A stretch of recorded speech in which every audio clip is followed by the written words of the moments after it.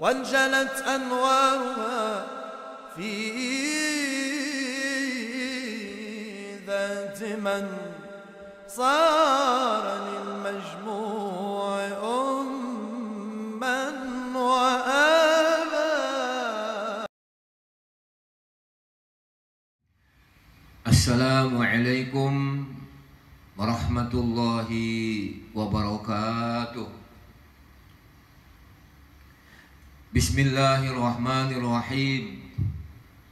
الحمد لله على نعمه المتواترة وأياده المتكاثرة ومنانه الغامرة، والصلاة والسلام على سيدي أهل الدنيا والآخرة، سيدنا وحبيبنا وشفيعنا وقرة أعيننا محمد وعلى آله وصحبه الأنجم الزاهرة.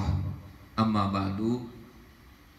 Bapak Ibu jamaah Majelis Ta'lim yang dirahmati oleh Allah Subhanahu wa taala, yang dicintai Habibina Muhammad sallallahu alaihi wasallam.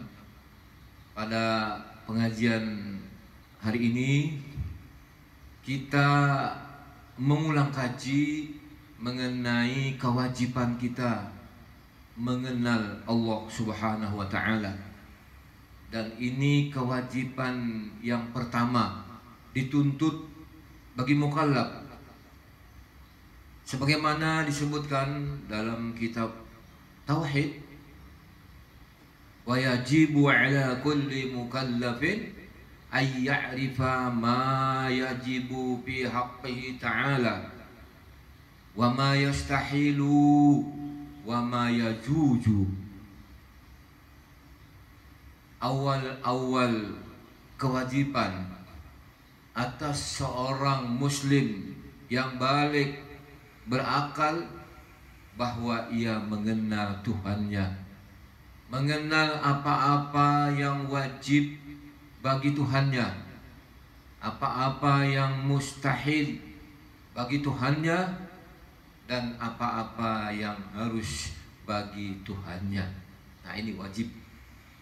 Mulai awal balik dituntut untuk mengenal sifat-sifat yang wajib bagi Allah, sifat-sifat yang mustahil bagi Allah, sifat-sifat yang harus bagi Allah Subhanahu wa taala, sebagaimana tuntutan daripada Al-Quran, fa'lam annahu la ilaha illallah.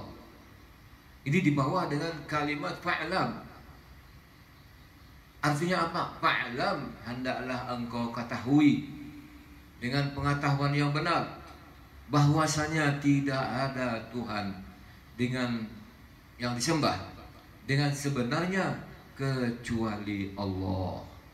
Nah, jadi kita dituntut untuk belajar mengetahui bahwasanya tidak ada Tuhan yang disembah dengan sebenarnya kecuali Allah. Lalu bagaimana pembahasan fa'lam, artinya ketahui? Bagaimana arti tahu, arti ilmu? Disebutkan dalam ta'rifat, arti mengetahui yaitu idraku syai'i bihaqiqatih, memperdapati sesuatu dengan sebenarnya. Itu artinya tahu. Kita ambil contoh, ya, kau tahu ya berlian? Oh, saya tahu berlian. Kemudian didatangkan di sana ada berlian, ada juga pecahan kaca. Coba ambilkan. Kau tahu kan berlian? Ternyata dia ambil pecahan kaca. Nah, berarti belum tahu lagi berlian. Kalau tahu pas, saya tahu berlian. Nah, ini emang berlian. Kalau ini ternyata pecahan kaca, berarti belum tahu. Apalagi masalah pengenalan kepada Allah Subhanahu wa taala, jangan sampai melenceng daripada yang sebenarnya. Maka dari itu pada pengajian hari ini kita ulang kaji mengenai pengenalan kita kepada Allah Subhanahu wa taala. Apakah memang benar kita kenal ataukah hanya pengakuan belaka?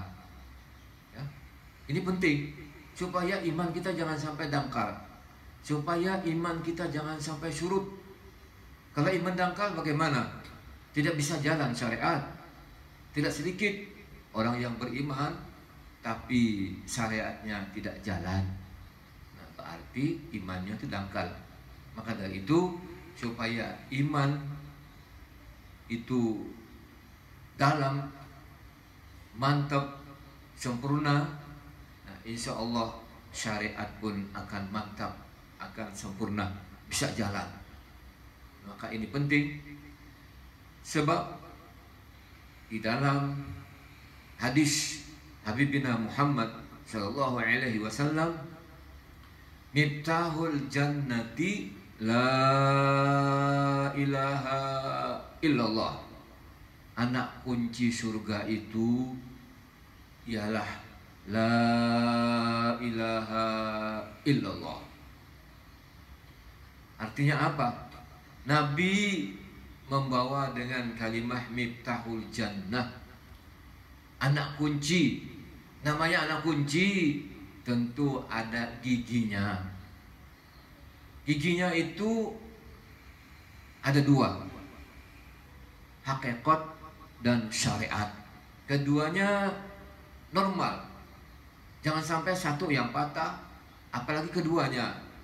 Ya, itu lihat pesawat terbang itu, kedua baling-balingnya itu normal, jalan sehingga sampai ke tempat tujuan.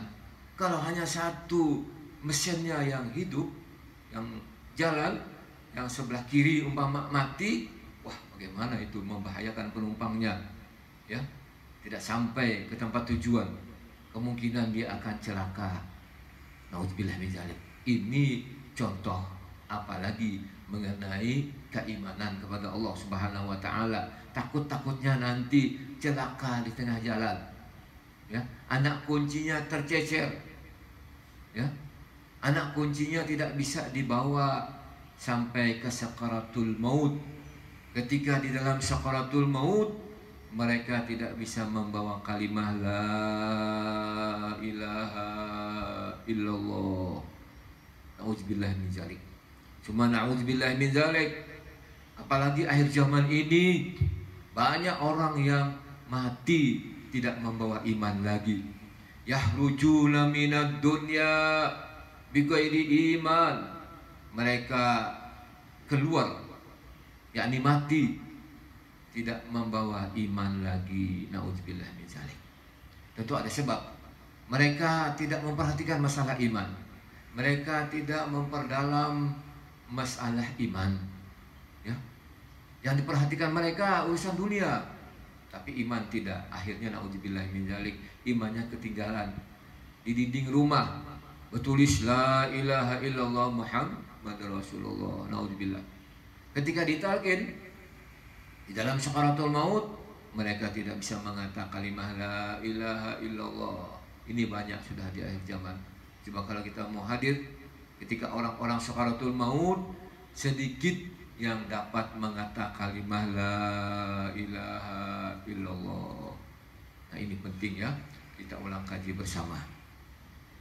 Tentunya kita ada punya dasar, kita ada punya kitab yang akan kita ulang kaji, namanya Sifat 20 yang dikarang oleh Habib Usman Batawi. Ini aulia Allah, ya. Tentunya Habib juga bertanggung jawab, tidak sembarangan. Orang ini yang betul-betul ma'rifat kepada Allah Subhanahu wa taala. Sebelum kita mengenal atau mengulang kaji mengenai pengenalan kita kepada Allah Subhanahu wa taala, maka lebih dulu kita mengenal apa arti wajib bagi Allah Subhanahu wa taala. Apa arti mustahil bagi Allah Subhanahu wa taala. Apa arti harus bagi Allah Subhanahu wa taala. Kan kalimahnya yang dulu itu ma yajibu. Ma itu sifat yang wajib bagi Allah. Wa ma yastahilu, dan sifat yang mustahil bagi Allah. Wa ma yajuju, dan sifat yang harus bagi Allah Subhanahu wa taala. Nah, di sini kita ulang kaji mengenai yang wajib bagi Allah, sifat yang wajib. Arti wajib bagi Allah ma la yatasawwaru bil aqli adamuhu. Ini wajib.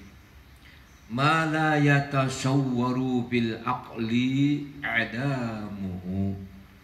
Barang yang tidak bisa diterima oleh akal. Tentunya akal yang sempurna, akal yang ada nuraniyahnya, tidak menerima itu akal. Adamuhu, ketiadaannya. Kalau tiada, akal menolak. Artinya apa? Pasti ada.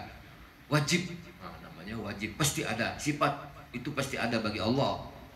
Contoh, ini melewat akal dulu. Kita melihat di rumah kita ini atau di majelis kita ini ada tahi ayam, ya kan? Ditambah lagi ada bulu ayamnya, ada keracak atau bekas kakinya masuk ke rumah, kelihatan. Maka akal tidak menerima bahwasanya ayam tidak masuk ke dalam ini rumah. Akal menolak. Artinya apa? Pasti ayam ini ada masuk ke dalam rumah. Ini buktinya nih. Ada tahinya, ada bulunya, tambah lagi ada bekas kakinya. Jelas sudah, pasti ada ayam masuk. Akal tidak menerima kalau tidak ada. Nah, demikianlah Allah Subhanahu wa taala wajib. Nah, kita ambil dulu contoh bersifat wujud, ada. Allah taala itu ada. Nah, mana buktinya? Buktinya adanya alam semesta ini, adanya langit, bumi, dan isi keduanya, adanya makhluk ini, adanya diri kita ini tanda, bukti, dalil adanya Allah Subhanahu wa taala yang wajib bersifat wujud, ada. Nah, ya. Maka wujud itu terbagi dua. Ada wujud hakiki, ada wujud majazi. Wujud hakiki yaitu wujud yang sebenarnya, yaitu wujudnya Allah. Itu wujud yang sebenarnya. Wujud atau ada yang tidak didahului oleh Adam, tidak didahului oleh tiada. Ini wujud hakiki. Dan wujud yang tidak diakhiri dengan Adam, dengan tiada. Makanya nanti Allah bersifat qidam, Allah bersifat baqa. Ini nanti ya, insya Allah. Nah, ini namanya wujud hakiki, wujud yang sebenarnya. Adapun kita ini, makhluk ini, manusia ini, wujudnya majazi, wujudnya pinjaman, bukan asli. Sebab wujudnya itu didahului oleh tiada. Kan tiada dahulunya. Dalil firman Allah Subhanahu wa taala, khalaqtuka wa lam taku syai'a. Aku jadikan engkau walhal engkau dahulunya tidak ada sesuatu apapun. Tidak ada, kosong, nol. Tidak ada. Kemudian ada. Nah, adanya kita ini majazi, pinjaman aja, supaya kita dapat mengenal adanya Allah. Kalau tidak ada kita, kitanya bagaimana bisa mengenal Allah? Jadi kita diwujudkan ke alam ini diadakan oleh Allah supaya kita bisa mengenal Allah.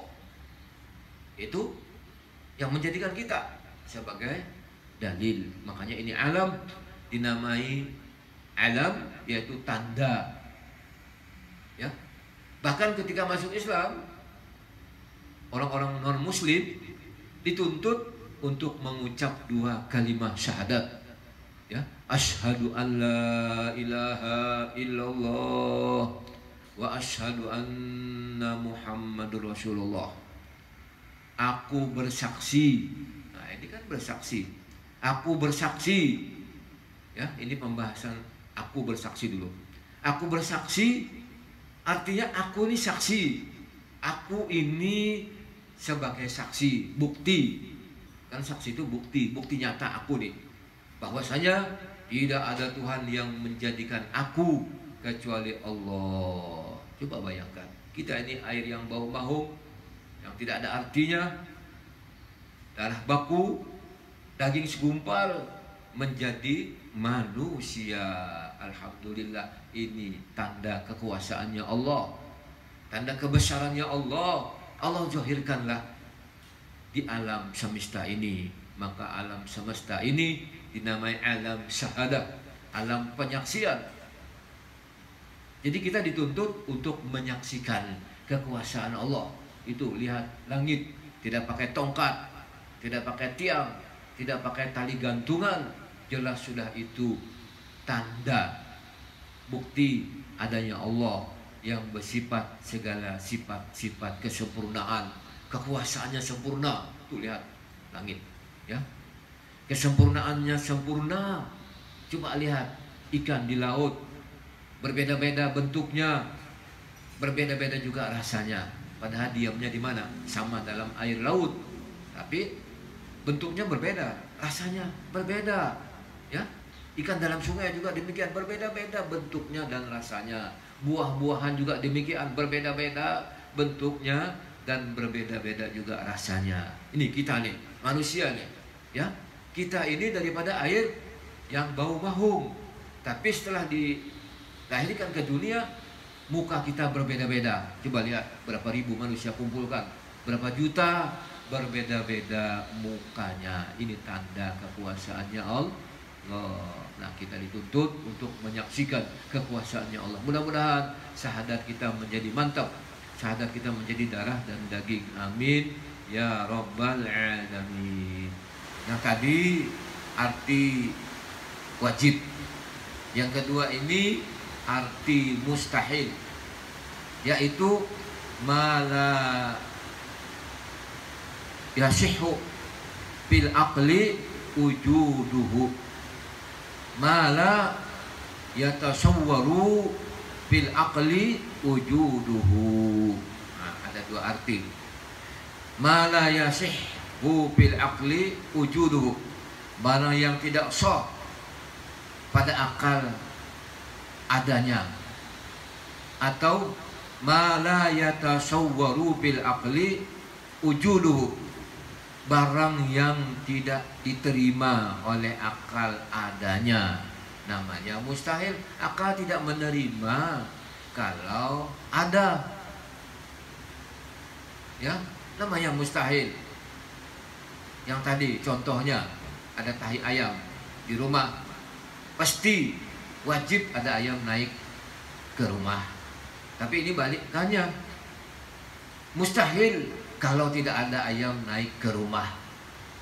Mustahil, akal tidak menerima kalau ayam tidak ada naik ke rumah. Ini buktinya nih, ada tahinya, ya kan? Ada bulunya, ada bekas kakinya, dia berjalan naik ke rumah. Mustahil kalau ayam tidak ada naik ke rumah. Akal menolak. Siapapun yang menghabarkan, akal pasti menolak, ya. Nah, itu artinya mustahil, ya. Nah, demikian yang tadi, mustahil Allah Ta'ala itu tidak ada, ditolak oleh akal kalau Allah Subhanahu wa Ta'ala itu tidak ada. Sedang dalilnya, buktinya, alamatnya, tandanya ada. Nih tadi alam semesta, ya, Qulinzuru madza fis samawat. Coba kau pikirkan apa yang ada di langit, di bumi itu apa? Jelas itu adalah tanda-tanda adanya Allah. Ada yang mengatakan Allah tidak ada, Tuhan tidak ada. Mustahil, ditolak oleh akal. Akal tidak menerima kalau Allah Subhanahu wa taala itu tidak ada. Makanya nanti di dalam pembahasan sifat 20 ada yang wajib bagi Allah yaitu 20 sifat, dan ada yang mustahil bagi Allah taala yaitu 20 sifat, dan ada yang harus bagi Allah taala yaitu 1, menjadi 41. Maka 41 itu tersimpul di dalam kalimat La ilaha illallah. Ini namanya syahadat Allah. Ya, nanti itu ada pembahasannya. Ya.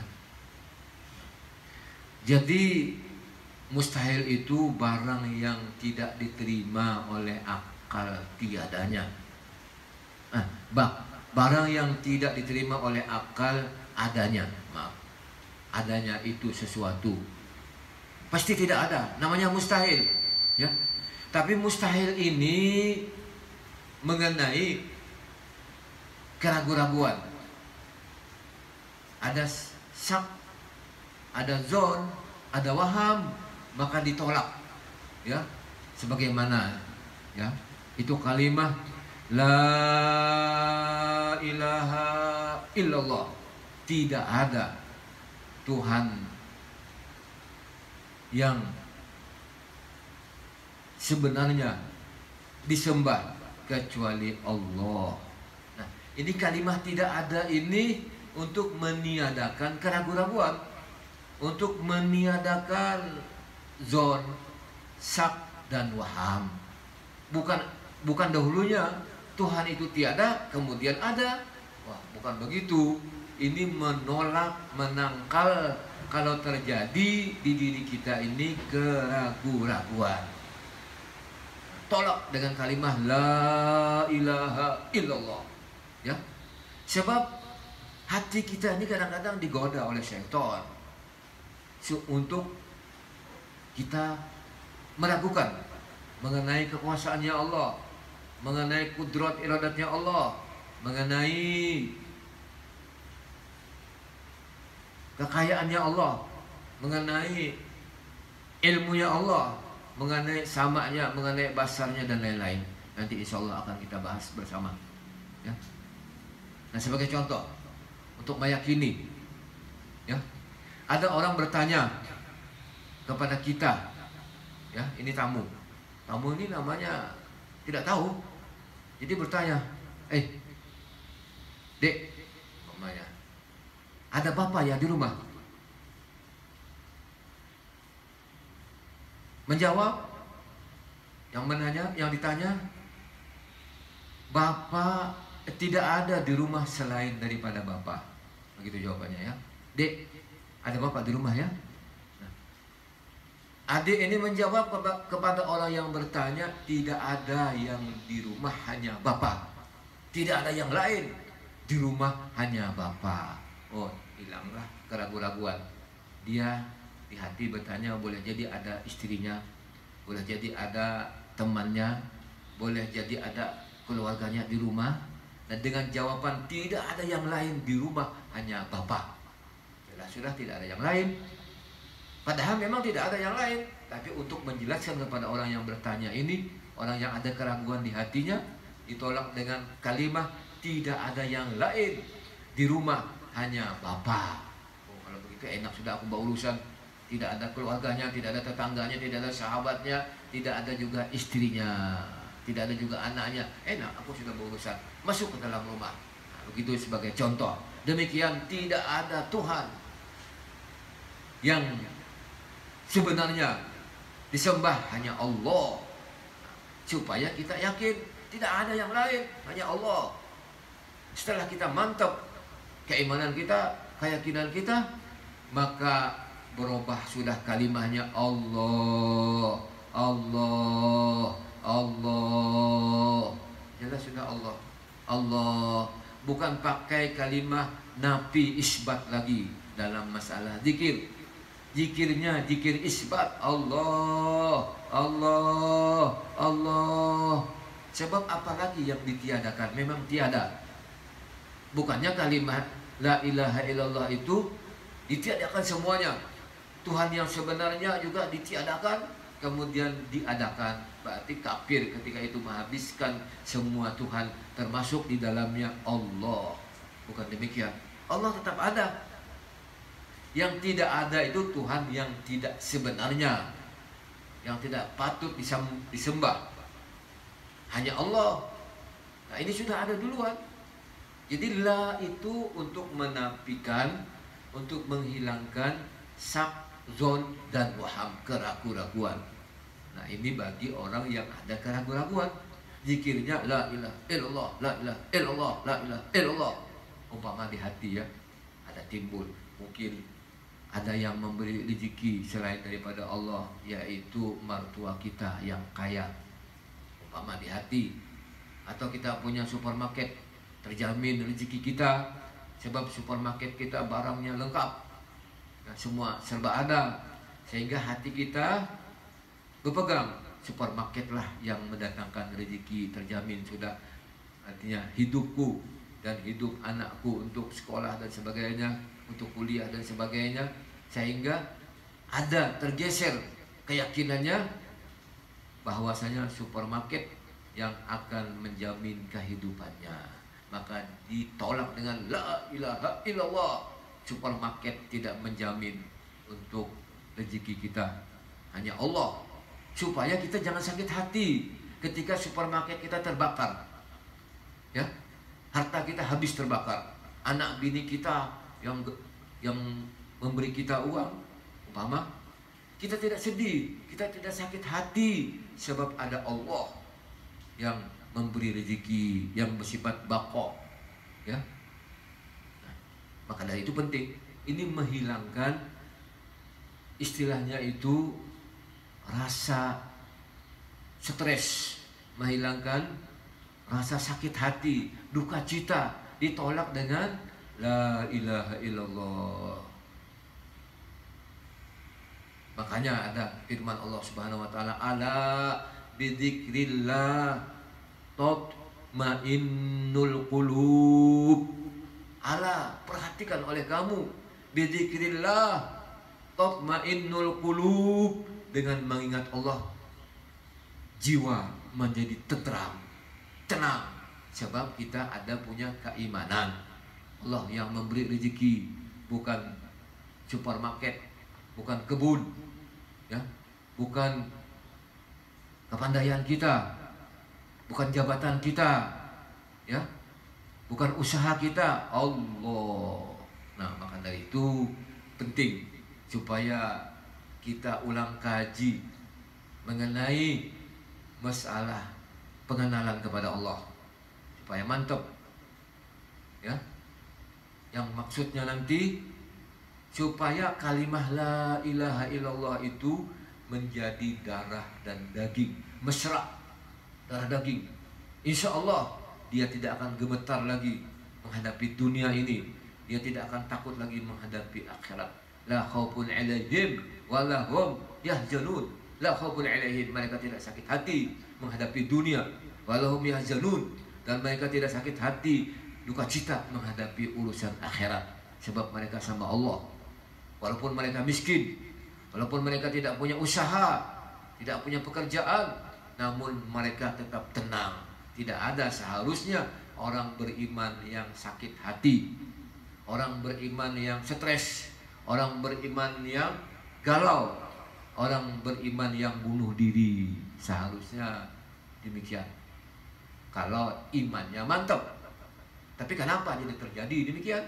Boleh jadi imannya dangkal, sehingga sakit hati ketika datang musibah, ketika datang si jago merah membakar tokonya, umpama membakar supermarketnya, datang bermacam-macam ujian dari Allah Subhanahu wa taala, dia tidak mampu menghadapi ujiannya Allah karena dia mempunyai pandangan, mempunyai etikot bahwa ada yang lain dari Allah memberikan rezeki, menjamin kehidupan umpama.